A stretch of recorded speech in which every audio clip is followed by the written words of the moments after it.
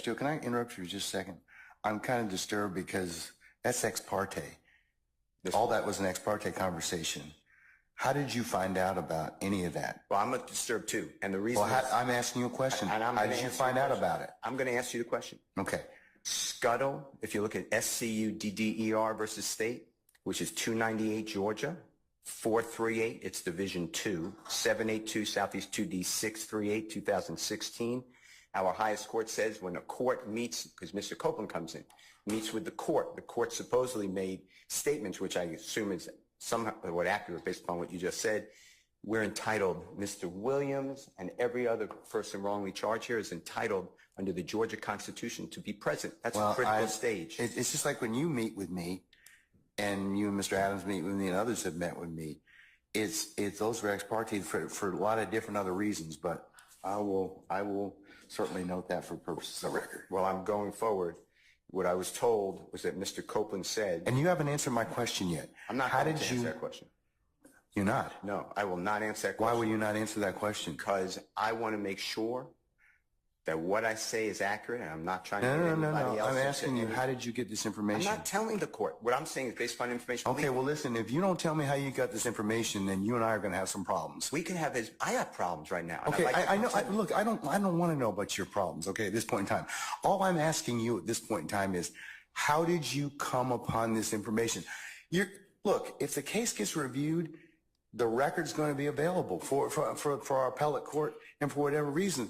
But it's disturbing that how somehow you have surreptitiously gotten information in regards to the court's private ex parte conversation with a party.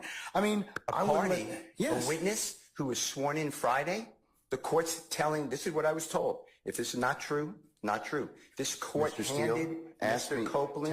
Tell me how you got the information. Listen, whatever you want to do. Tell me how you got the information, then we can go ahead and go forward. I'm not going to say that. What I'm going to say is this. I was told, and I hope this concerns the court. It concerns me that you have proprietary information. Why is it proprietary? Or information that you should not be having that was ex parte. Why? With a party. Why? State of Georgia. How about the witness? You'll have a choice to make. All right. Take Mr. Steele into custody, please.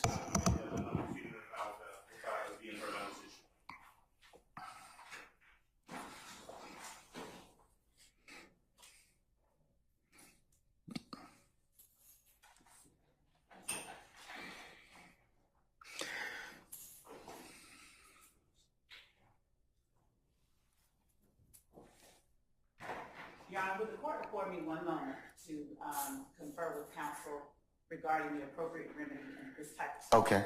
All right.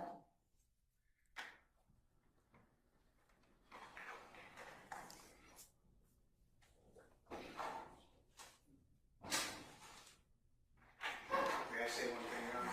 Yes, sir. You certainly may. Mr. Williams does not wish to go forward without me being here. You are removing me against his will, my will. You're taking away his right to counsel. And you're conducting material parts of this trial without me present, and I can't learn about it by watching online. So for that reason, additionally, I asked for a mistrial. And I assume you deny, but I'd like you to deny our motions for mistrial. You denied the other people. I've denied your motion, but I'll certainly take that under advisement, sir.